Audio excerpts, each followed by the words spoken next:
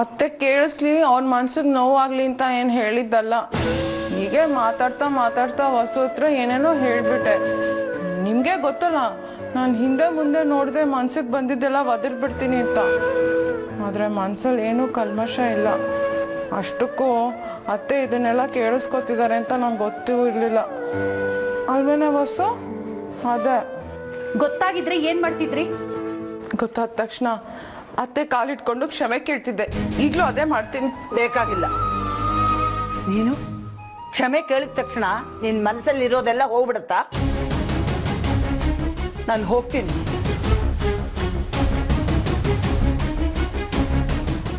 ನಿಂತ್ಕೊಳ್ಳೋಜಿ. ನಮ್ಮ ಸಂತೋಷ ಇರೋದು ನಿಮ್ಮ ಜೊತೆಗೆ. ನೀವು ಆರ್ಡರ್ ಮಾಡೋದು, ಪನಿಷ್ಮೆಂಟ್ ಕೊಡೋದು ನಮಗೆ ಯಾವುದು ಹಿಂಸೆ ಅನ್ಸಲ್ಲ ಅಜ್ಜಿ. ಅತ್ತೆ, ನಾವೆಲ್ಲರೂ ಬಾಳಿ ಬದುಕಿದ ಮನೆ ಇಷ್ಟೊಂದು ಸಿಸ್ಟಮ್ಯಾಟಿಕಾಗಿ ನಡ್ಸ್ಕೊಂಡ್ಬಂದಿದ್ದೀರ. ನಿಮ್ಮನ್ನು ಬಿಟ್ಟು ಹೋಗಬೇಡಿ ಅತ್ತೆ. ಅಮ್ಮ, ನೀವು ನಮ್ಗೆ ಆರ್ಡ್ರ್ ಮಾಡಿದಾಗ ಆ ಕ್ಷಣ ನಮ್ಗೆಲ್ರಿಗೂ ಕೋಪ ಬರುತ್ತೆ. ಆದರೆ ನಮ್ಮೆಲ್ರಿಗೂ ನಿಮ್ಮ ಮೇಲೆ ತುಂಬ ಪ್ರೀತಿ ಅಮ್ಮ. ಶಿಸ್ತು ಬೇಡ. ನಮಗೆ ಇಷ್ಟ ಬಂದಾಗ ನಾವಿರೋ ಹಾಕಿದ್ರೆ ಎಷ್ಟು ಚೆನ್ನಾಗಿರುತ್ತೆ ಅನ್ಕೋತೀವಿ. ಆದರೆ ಡ್ರೈವರ್ ಶಿಸ್ತನ್ನು ಗಾಡಿ ಓಡಿಸಿದ್ರೆ ಅಲ್ವಾ ಎಲ್ಲರೂ ಸೇಫಾಗಿ ಅವರ ಜಾಗ ತಲುಪಕ್ಕಾಗತ್ತೋ.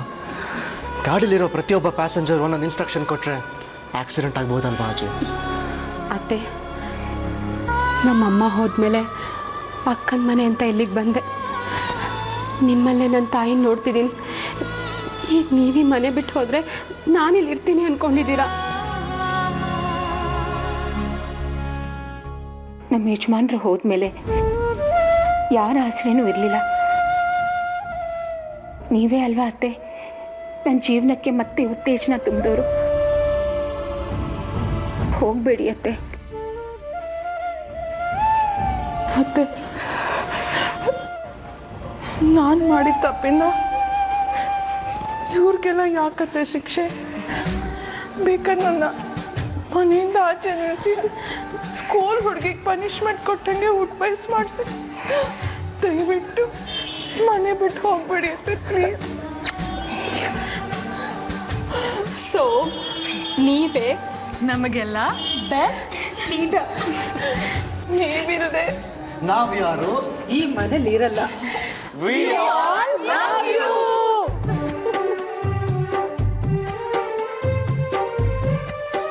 ನೀವೆಲ್ಲರೂ ನನ್ನ ಇಷ್ಟೆಲ್ಲ ಪ್ರೀತಿಸ್ತಿರುವಾಗ ನಾನು ಎಲ್ಲಿಗೆ ಹೋಗ್ಲಿ? ನಾನು ಎಲ್ಲೂ ಹೋಗಲ್ಲ. ಇಲ್ಲೇ ಇರ್ತೀನಿ, ಇಲ್ಲೇ ಇರ್ತೀನಿ.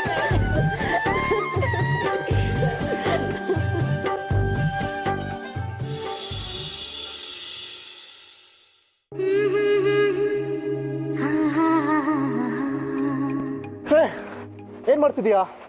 ನನ್ನ ಮಾವನ ಬಗ್ಗೆ ಡೀಟೇಲ್ಸ್ ಕಲೆಕ್ಟ್ ಮಾಡ್ತಿದ್ದೀನಿ.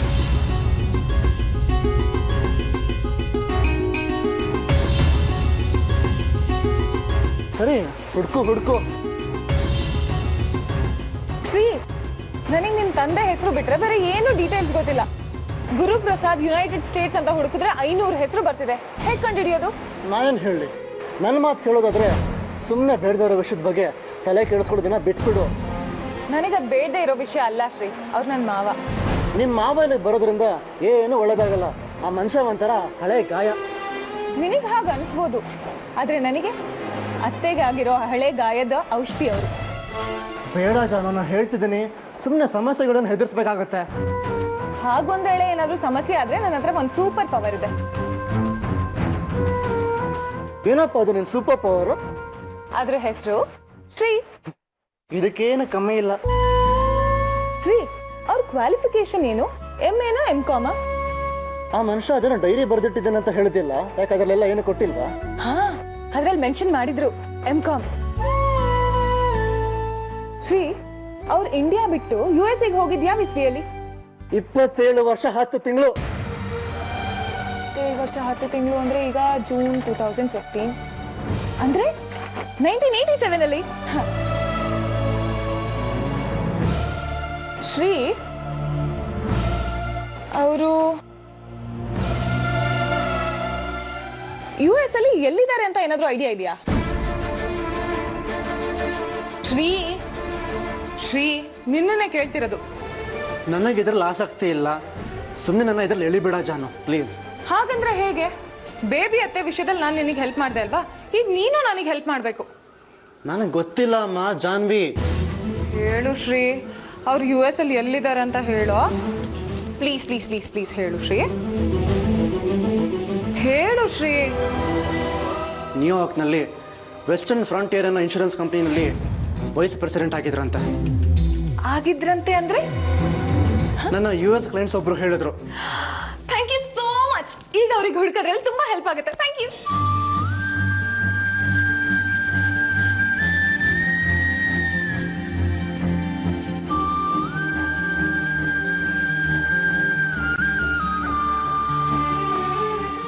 ಶ್ರೀ ಸಿಕ್ತು ಸಿಕ್ತು ಸಿಕ್ತು, ಅವ್ರ ಬಗ್ಗೆ ಡೀಟೇಲ್ಸ್ ಸಿಕ್ತು.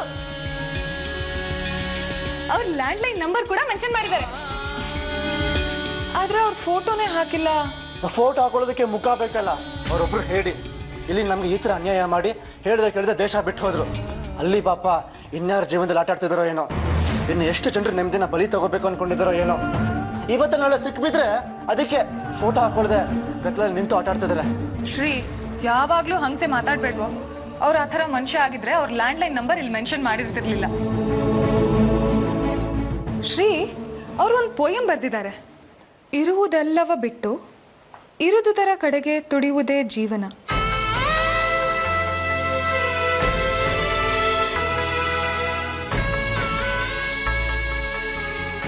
ಮಾಲ್ತಕ್ಕ ಮಾಲ್ತಕ್ಕ ಮಾಲ್ತಕ್ಕ, ಏನು ಇಷ್ಟೊತ್ತಿನಲ್ಲಿ ಮಲಗಿದ್ದೀರಾ? ಹುಷಾರಾಗಿದ್ದೀರಾ ತಾನೇ? ಏನಿಲ್ಲ ಲಲಿತಾ, ಅಮ್ಮ ಮನೆ ಬಿಟ್ಟು ಹೋಗ್ತೀನಿ ಅನ್ನೋ ಚಿಂತೆಯಲ್ಲಿ ರಾತ್ರಿ ನಿದ್ದೆನೇ ಮಾಡಲಿಲ್ಲ. ಹೀಗೆ ನೋಡು, ಸುಮ್ಮನೆ ಮಲಗಿದ್ದೀನಿ, ನಿದ್ದೆ ಮಾಡಿಬಿಟ್ಟಿದ್ದೀನಿ. ಅಯ್ಯೋ, ನೀವು ಮಲ್ಕೊಳ್ಳಿ, ನಾ ಆಮೇಲೆ ಬರ್ತೀನಿ. ಪರವಾಗಿಲ್ಲ, ಏನು ವಿಷಯ ಹೇಳು. ಜಾನ್ವಿ ಬಗ್ಗೆ ಮಾತಾಡಬೇಕಾಗಿತ್ತು. ಜಾನ್ವಿ ಬಗ್ಗೆನಾ? ಅಯ್ಯೋ, ಆತಂಕ ಪಡುವಂಥದ್ದು ಏನೂ ಇಲ್ಲ, ಮನಸ್ಸಿಗೆ ಮುದ ಕೊಡುವಂಥ ವಿಷಯನೇ. ಅತ್ತೆ ಎಲ್ಲಿ ಮನೆ ಬಿಟ್ಟು ಹೊಟ್ಟೋಗ್ತಾರೋ ಅಂತ ಎಲ್ಲರೂ ಹೆದರ್ಕೊಂಡ್ಬಿಟ್ಟಿದ್ವಿ. ಆದರೆ ನಮ್ಮ ಜಾನ್ವಿ ಎಷ್ಟು ಸೂಕ್ಷ್ಮವಾಗಿ, ಎಷ್ಟು ಜಾಣತನದಿಂದ ವಿಷಯನ ನಿಭಾಯಿಸ್ಬಿಟ್ಲು. ನನಗಂತೂ ಒಟ್ಟಿಗೆ ಆಶ್ಚರ್ಯ, ಸಂತೋಷ ಎರಡೂ ಆಗ್ತಾ ಇದೆ. ಅದನ್ನೇ ನಿಮ್ಮ ಜೊತೆ ಹಂಚ್ಕೋಣ ಅಂತ ಬಂದೆ. ಹೌದು ಕಣೆ ಲಲಿತಾ, ವಸು ಗುರುಗಳು ಅವಳಿಗೆ ಎಚ್ಚರಿಕೆ ಕೊಟ್ಟಿದ್ರಂತೆ, ಇಷ್ಟಲ್ಲೇ ನಿಮ್ಮ ಮನೆಯಲ್ಲಿ ಒಂದು ಅನಾಹುತ ನಡೆಯುತ್ತೆ ಅಂತ. ಜಾಹ್ನವಿ ಅಮ್ಮ ಮನೆ ಬಿಟ್ಟು ಹೋಗೋ ಲೆಟರ್ನ ತಂದಾಗ ವಸು ಗುರುಗಳು ಹೇಳಿದ್ದೆ ನನಗೆ ನೆನಪಾಗೋಯ್ತು. ತುಂಬ ಭಯ ಆಗಿತ್ತು ಕಣೆ. ಆದರೆ ದೇವರದೇ, ಅತ್ತೆ ಮನೆ ಬಿಟ್ಟು ಹೋಗೋದನ್ನ ಕ್ಯಾನ್ಸಲ್ ಮಾಡಿದ್ರು. ಅವರೆಲ್ಲಿ ಕ್ಯಾನ್ಸಲ್ ಮಾಡ್ಕೊಂಡ್ರೆ, ನಮ್ಮ ಜಾಹ್ನವಿ ಅವ್ರ ಮನೆ ಬಿಟ್ಟು ಹೋಗೋದನ್ನ ತಪ್ಪಿಸಿದ್ಲು ಅಷ್ಟೇ. ಇದಕ್ಕೋಸ್ಕರ ನಮ್ಮ ಜಾನ್ವಿಗೆ ಎಷ್ಟು ಥ್ಯಾಂಕ್ಸ್ ಹೇಳಿದ್ರು ಸಾಲದು. ನಿಜ ಕಣೆ ಲಲಿತಾ. ಅಲ್ಲ ಅಕ್ಕ, ವಸು ಗುರುಗಳು ಹೇಳಿದ ಅನಾಹುತ ಇದೇ ಆಗಿದ್ರೆ ಒಳ್ಳೇದೇ ಆಯ್ತಲ್ಲ. ಅತ್ತೆ ಮನೆ ಬಿಟ್ಟು ಹೋಗೋದು ಕ್ಯಾನ್ಸಲ್ ಆಯಿತು. ಇನ್ಮೇಲೆ ನಮ್ಮನೆಗೆ ಯಾವ ಥರದ ಸಮಸ್ಯೆನೂ ಬರಲ್ಲ. ನಾವೆಲ್ಲರೂ ನೆಮ್ಮದಿಯಾಗಿರ್ಬೋದು ಅಲ್ವಾ? ಹೌದು ಲಲಿತಾ.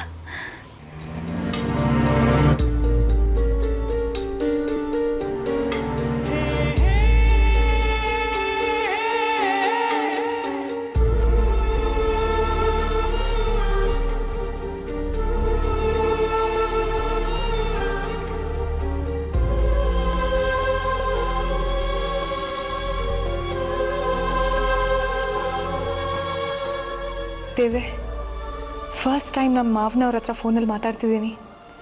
ನಾನು ಅಂದ್ಕೊಂಡಿದ್ದ ಕೆಲಸ ಈಸಿಯಾಗಿ ಅವ್ರು ಬೇಗ ಮನೆಗೆ ಬರೋ ಹಾಗೆ ಮಾಡಪ್ಪ.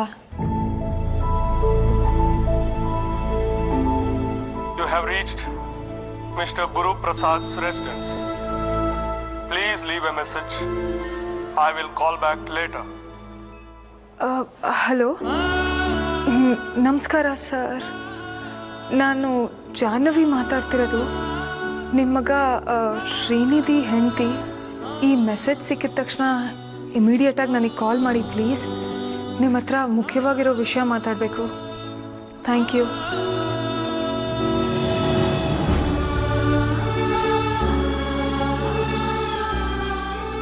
ಶ್ರೀ ಶ್ರೀ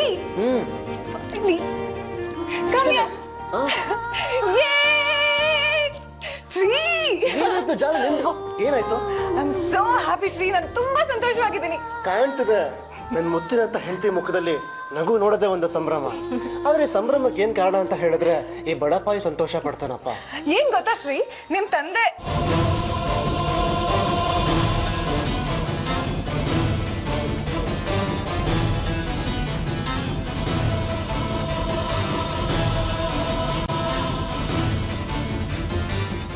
ಶ್ರೀ, ಸಂಜೆಯಿಂದ ಮಾವನಿಗೆ ಫೋನ್ ಮಾಡಕ್ಕೆ ಟ್ರೈ ಮಾಡ್ತಿದ್ದೆ. 2 ಸಲ ಮಾಡಿದ್ರೂ ಸಿಗಲಿಲ್ಲ. ಅದಕ್ಕೆ ನಾನು ಒಂದು ವಾಯ್ಸ್ ಮೆಸೇಜ್ ಹಾಕಿದೆ. ಏನಾಯಿತು? ವಾಪಸ್ ಕಾಲ್ ಮಾಡಿದ್ರಾ? ಮೆಸೇಜ್ ಮಾಡಿದ ಸ್ವಲ್ಪ ಹೊತ್ತಿಗೆ ರಿಪ್ಲೈ ಬಂತು. ಏನು ಹೇಳಿದೆ? ಫಸ್ಟ್ ಆಫ್ ಆಲ್ ನೀನು ಯಾರು? ಐ ಮೀನ್ ನನ್ನ ಹೆಂಡತಿ, ನನ್ನ ಹೆಸರು ಶ್ರೀನಿಧಿ, ಅನ್ನಪೂರ್ಣಮ್ಮರ ಮೊಮ್ಮಗ ಅಂತ ಹೇಳಿದ್ಯಾ? ನೀನು ನನ್ನ ಹೆಂಡತಿ ಅಂತ ಹೇಳಿದ್ಯಾ ಆ ಮನುಷ್ಯನಿಗೆ? ಹ್ಞೂ ಶ್ರೀ, ನೀನು ಅನ್ನಪೂರ್ಣಮ್ಮ ಅವ್ರ ಮೊಮ್ಮಗ ಶ್ರೀನಿಧಿ, ಮಾಲ್ತಿ ಗುರುಪ್ರಸಾದ್ ಅವ್ರ ಮಗ ಶ್ರೀನಿಧಿ, ನಾನು ಶ್ರೀನಿಧಿ ಹೆಂಡತಿ ಜಾನ್ವಿ ಅಂತ ಎಲ್ಲ ಡೀಟೇಲ್ ಆಗಿ ಹೇಳಿದೆ. ಶ್ರೀ, ನಿಮ್ಮಪ್ಪ ಕೇಳಿದ ಮೊದಲನೇ ಪ್ರಶ್ನೆ ಏನು ಗೊತ್ತಾ? ಪದೇ ಪದೇ ಅಪ್ಪ ಅಪ್ಪ ಅಂತ ಹೇಳ್ಬೇಡ ನೀನು.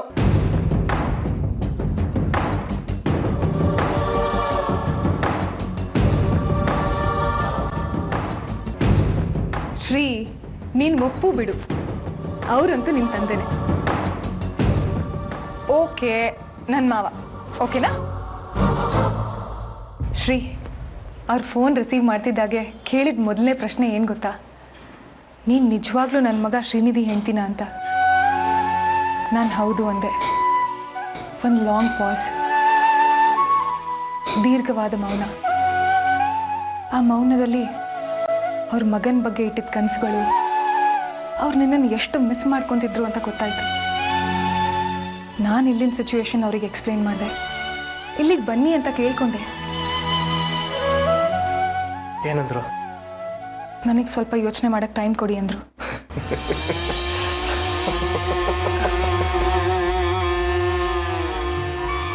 ಅಲ್ಲಿಗೆ ಬರಲ್ಲ ಅಂತ ಕನ್ಫರ್ಮ್ ಆಯ್ತು ಬಿಡು. ಅವ್ರಿಗೆ ಬರೋ ಮನ್ಸತ್ತಿದ್ರೆ 27 ವರ್ಷದ ಹಿಂದೆನೇ ನಮ್ಮನ್ನು ಬಿಟ್ಟು ಹೋಗ್ತಿರ್ಲಿಲ್ಲ. ನನಗೆ ಹಾಗೆ ಅನಿಸ್ಲಿಲ್ಲ ಶ್ರೀ. ಅವ್ರು 99% ಬರ್ತಾರೆ. ಆದರೆ ಶ್ರೀ, ನಿಮ್ಮ ತಂದೆ ತುಂಬ ಮೂಡಿ ಅನಿಸುತ್ತೆ. ನಾನು ಎಷ್ಟು ಕೇಳಿದ್ನೋ ಅಷ್ಟಕ್ಕೆ ಮಾತ್ರ ಉತ್ತರ ಕೊಟ್ಟರು.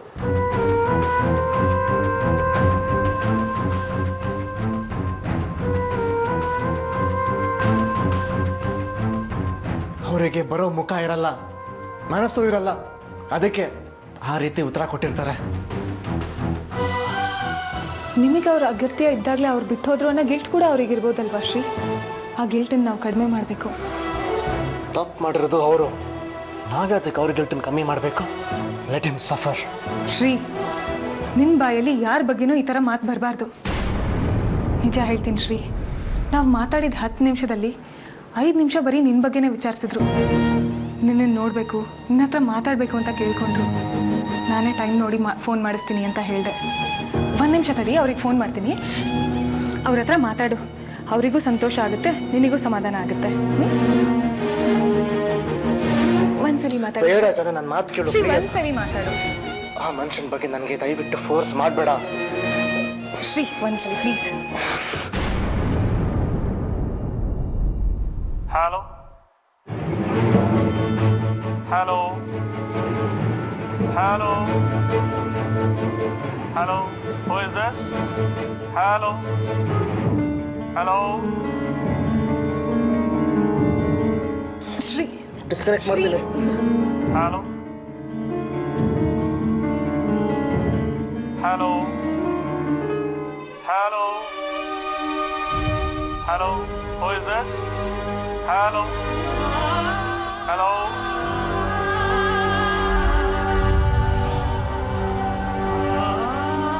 ಶ್ರೀ, ಜಾಹ್ನವಿ, ಇಬ್ರು ಊಟಕ್ಕೆ ಬನ್ನಿ.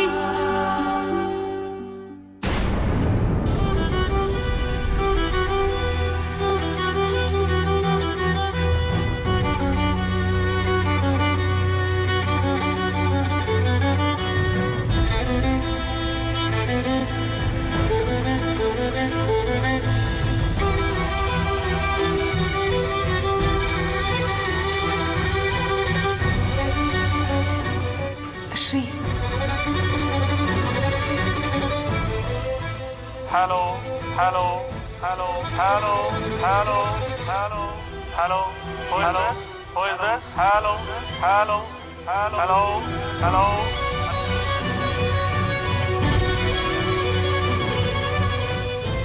ಶ್ರೀ, ಯಾಕೆ ಒಂಥರ ಇದೆಯಾ? ಹಾಗೇನಿಲ್ಲ ಅಜ್ಜಿ. ನಾನು ನಿನಗೆ ಅಜ್ಜಿ ಮಾತ್ರ ಅಲ್ಲ, ಅಮ್ಮ ಕೂಡ. ನೆನಪಿದೆ ತಾನೆ? ಅಮ್ಮ ಆದವಳಿಗೆ ಮಗ ಹೇಳ್ತಿರೋದು ಸತ್ಯನ ಸುಳ್ಳ ಅಂತ ಗೊತ್ತಾಗುತ್ತೆ.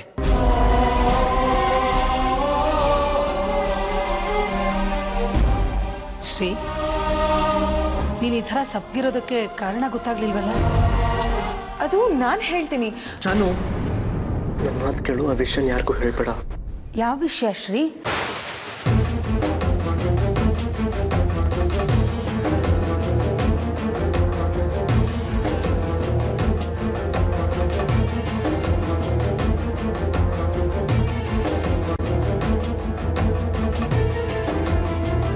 ಏನ್ ಮುಚ್ಚಿಡ್ತಿದ್ದೀರಾ ಇಬ್ರು ಸೇರ್ಕೊಂಡು? ಏನಿಲ್ಲ ಮಾಮ್, ಈ ಜಾನು ಒಬ್ಳು ಏನೇನೋ ಹೇಳ್ತಿರ್ತಾಳೆ. ಜಾನು, ಶ್ರೀ ನೀನು ಸುಮ್ಮನಿರು. ಜಾನ್ವಿ ನೀನು ಹೇಳಮ್ಮ. ಏನ್ ಗೊತ್ತಾ ಅಜ್ಜಿ, ಶ್ರೀ ಮನೆಗೆ ಬಂದು ಇಷ್ಟೊಂದು ದಿನ ಆಯ್ತು, ಅವ್ರ ತಲೆಗೆ ಒಂದ್ಸಲಿನೂ ನೀವು ಎಣ್ಣೆ ಹಚ್ಚಿ ಮಸಾಜ್ ಮಾಡಿಲ್ಲ ಅಂತ ಅವ್ರು ಬೇಜಾರಾಗಿದ್ದಾರೆ ಅಲ್ವಾ ಶ್ರೀ?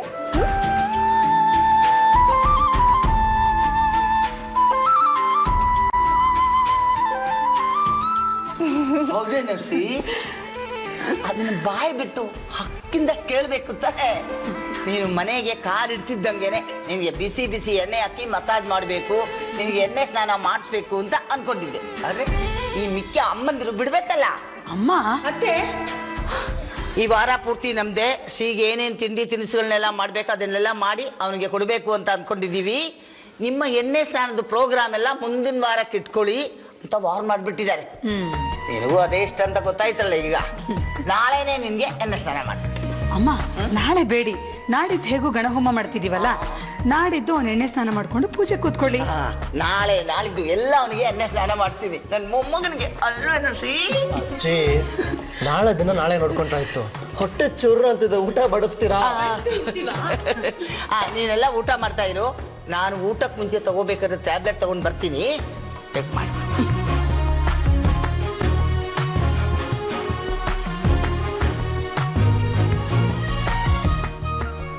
ಆಫೀಸಿಗೆ ಇಬ್ರು MD ಆದ್ಮೇಲೆ ಹೇಗಿದೆ ಆಫೀಸಲ್ಲಿ? ಸ್ಟಾಫ್ಗಳು ಹೇಗೆ ರಿಯಾಕ್ಟ್ ಮಾಡಿದ್ರು? ನಾವಿಬ್ರು ಒಂದಾಗಿರೋ ವಿಷಯ ಕೇಳಿ ಎಲ್ಲರೂ ತುಂಬಾ ಸಂತೋಷ ಪಟ್ರು. ನಾವಿಬ್ರು ಯಾವಾಗ್ಲೂ ಹೀಗೆ ಸಂತೋಷವಾಗಿ ಒಂದೇ ಕಾರಲ್ಲಿ ಬರೋ ಹಾಗಿರ್ಲಿ ಅಂತ ವಿಶ್ ಮಾಡಿದ್ರು. ಆದ್ರೆ ನನಗದು ಇಷ್ಟ ಆಗ್ಲಿಲ್ಲ.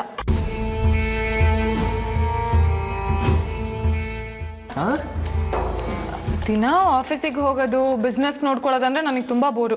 ನನಗೂ ನಿಮ್ಮ ಥರ ಮನೇಲೇ ಇರಕ್ಕೆ ಇಷ್ಟ. ಮನೇಲಿ ಇದ್ದೇನು ಮಾಡ್ತೀಯ ಜಾಹ್ನವಿ?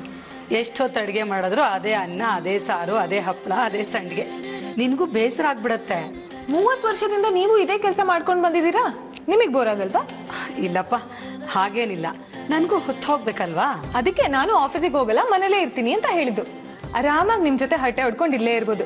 ನಿಮಗೂ ಹೊತ್ತೋಗುತ್ತೆ, ನನಗೂ ಖುಷಿ ಸಿಗುತ್ತೆ. ಅಲ್ಲ ಜಾನ್ವಿ, ಇದ್ದಕ್ಕಿದ್ದ ಹಾಗೆ ಕೆಲಸ ಬಿಟ್ರೆ ನಮ್ಮ ಶ್ರೀಗೆ ತೊಂದರೆ ಆಗಲ್ವಾ? ನಾನು MD ಆಗೋಕ್ಕಿಂತ ಮುಂಚೆ ಶ್ರೀನೇ ತಾನೇ ಇಡೀ ಕಂಪ್ನಿನ ಹ್ಯಾಂಡಲ್ ಮಾಡ್ತಿದ್ದು. ಈಗಲೂ ಮಾಡ್ತಾರೆ. ಅದೆಲ್ಲ ಆಗಲ್ಲ, ನೀನ ಜೊತೆ ಕಂಪ್ನಿಗೆ ಬರ್ತಿದ್ಯಾ ಅಷ್ಟೇ. ಆಗಲ್ಲ ರೀ, ನಿಮ್ಮೊಬ್ರ ಕೈಲೇ ಹ್ಯಾಂಡಲ್ ಮಾಡೋಕ್ಕಾಗಲ್ಲ ಅಂದ್ರೆ ನನ್ನ ಜಾಗಕ್ಕೆ ಬೇರೆ ಯಾರಿಗಾದ್ರೂ ಹುಡ್ಕೊಳ್ಳಿ. ಯಾರಿದಾರೋ ಹುಡ್ಕಿದ್ರೆ ಸಿಗ್ತಾರೆ.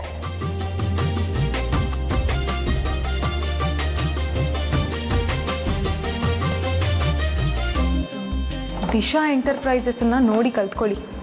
ಅದು ನಮ್ಮಷ್ಟೇ ದೊಡ್ಡ ಕಂಪ್ನಿ. ಅಪ್ಪ ಮಗ ಇಬ್ಬರೇ ಇಡೀ ಕಂಪ್ನಿನ ಮ್ಯಾನೇಜ್ ಮಾಡ್ತಿದ್ದಾರೆ. ಆದರೆ ನಮ್ಮ ಶ್ರೀ ತಂದೆ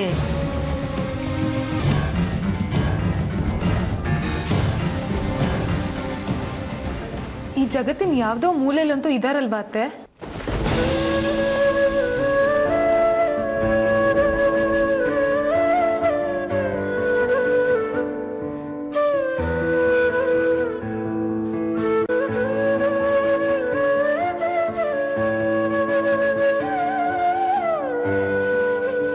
ಅವ್ರೇನಾದರೂ ಮತ್ತೆ ಮನೆಗೆ ವಾಪಸ್ ಬಂದರೆ ಎಷ್ಟು ಚೆನ್ನಾಗಿರುತ್ತಲ್ವಾ ಅತ್ತೆ?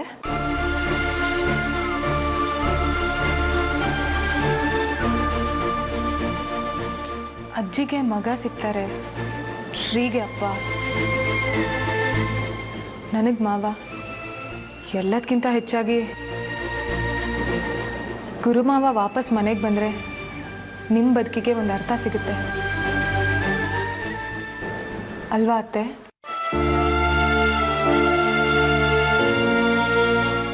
ಜಾನ್ವಿ, ಗುರುಬಾವ ಮನೆ ಬಿಟ್ಟು 27 ವರ್ಷ ಆಯಿತು. ಈ 27 ವರ್ಷದಲ್ಲಿ ಒಂದ್ಸಲನಾದ್ರೂ ಶ್ರೀ ಬಗ್ಗೆ ಆಗಲಿ ಅಕ್ಕನ ಬಗ್ಗೆ ಆಗಲಿ ಫೋನಲ್ಲಿ ಕೂಡ ವಿಚಾರಿಸಿಲ್ಲ. ಅಂಥವರು ಮನೆಗೆ ವಾಪಸ್ ಬರ್ತಾರಮ್ಮ? ಒಂದ್ಸಲಿ ಮನೆ ಬಿಟ್ಟು ಹೋದವರು ವಾಪಸ್ ಬರಬಾರ್ದು ಅಂತ ಏನಾದರೂ ಇದೆಯಾ? ನಾನು ಮನೆ ಬಿಟ್ಟು ಹೋಗಿದ್ದನ್ನ ಅವ್ರು ಮನೆ ಬಿಟ್ಟು ಹೋಗಿದ್ರ ಜೊತೆ ಕಂಪೇರ್ ಮಾಡಬೇಡ ಜಾನ್ವಿ.